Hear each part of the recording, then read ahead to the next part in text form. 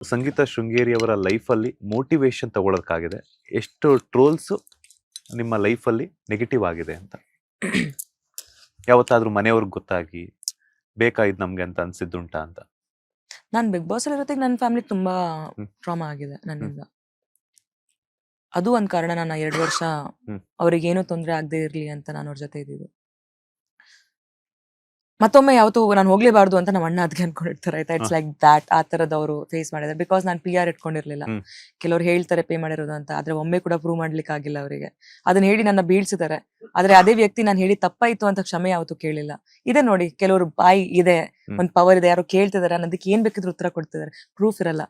ನನಗೆ ನನ್ನ album song ನ ಲಾಂಚ್ ಮಾಡೋದಕ್ಕೆ ಯಾವ PR ನ ಕಾಂಟ್ಯಾಕ್ಟ್ ಮಾಡ್ಬೇಕು ಅಂತ ನಂಗೆ ಗೊತ್ತಿಲ್ಲ. ಯಾಕಂದ್ರೆ ನನ್ನ ಲೈಫಲ್ಲೇ ಮಾಡಿಲ್ಲ ಅದು. ನಾನು ಕೇಳ್ತಿದ್ದೀನಿ ಲಕ್ಷ್ಮಿ ನಾನು ಹಿಂಗ್ ಮಾಡೋದು ನಂಗೆ ಹೇಳ್ಕೊಡ್ತೀರಾ ಅಂದ್ರೆ, ಐ ಡೋಂಟ್ ನೋ ಯಾರನ್ನ ಕರೆಯೋದು ಅಂತ. ನಂಗೆ ಮೊನ್ನೆ ಶಾರದಾ ಮ್ಯಾಮ್ ಕಾಲ್ ಮಾಡ್ಬಿಟ್ಟು ಕೇಳ್ತಾರೆ, ಯಾರು PR ಹ್ಯಾಂಡಲ್ ಮಾಡಿರೋದು ನಿಮ್ದು ಇದ್ರದ್ದು ಅಂತ. ಮ್ಯಾಮ್ ಯಾವ PR ಇಲ್ಲ, ಹಿಂಗ್ ಮಾಡಿದೀವಿ, ಯಾರೋ ಗೊತ್ತಿರೋ ಅವ್ರನ್ನ ಕರೆದಿದ್ದೀವಿ ಅಷ್ಟೇ ಅಂತ. ನಂಗೆ PR ಇದ್ರೆ ನಾನು ಕರ್ಸ್ತಿರ್ಲಿಲ್ವಾ, ನಾನು ಮಾಡಿಸ್ತಿರ್ಲಿಲ್ವಾ ನನ್ನ ಆಲ್ಬಮ್ ಸಾಂಗಿಗೆ? ಸೊ ಬೀಳ್ಸಕ್ ನೋಡಿ ಹಿಂಗೆ ಒಂದ್ ಸ್ಟೇಟ್ಮೆಂಟ್ ಎಲ್ಲಾ ಕಡೆ ನೆಗೆಟಿವಿಟಿ ಆಡ್ಸ್ಬಿಡ್ತು. ನಮ್ಮ ಅದಕ್ಕೆ ನಾ PR ಕ್ವೀನ್ ಅಂತ ಫೇಮಸ್ ಮಾಡ್ಬಿಟ್ರು. ಎಸ್, ಎಷ್ಟೆಲ್ಲ ನೆಗೆಟಿವಿಟಿ ಆಯ್ತು, ತುಂಬಾ ಬೇಜಾರಾಯ್ತು ಹೊರಗಡೆ ಬಂದ್ಮೇಲೆ ಗೊತ್ತಾದಾಗ. ಬಟ್ ಅವ್ರು ನಂಗೆ ಹೇಳಲಿಲ್ಲ, ಹೊರಗಡೆಯಿಂದ ಗೊತ್ತಾಯ್ತು ವಿಷಯ.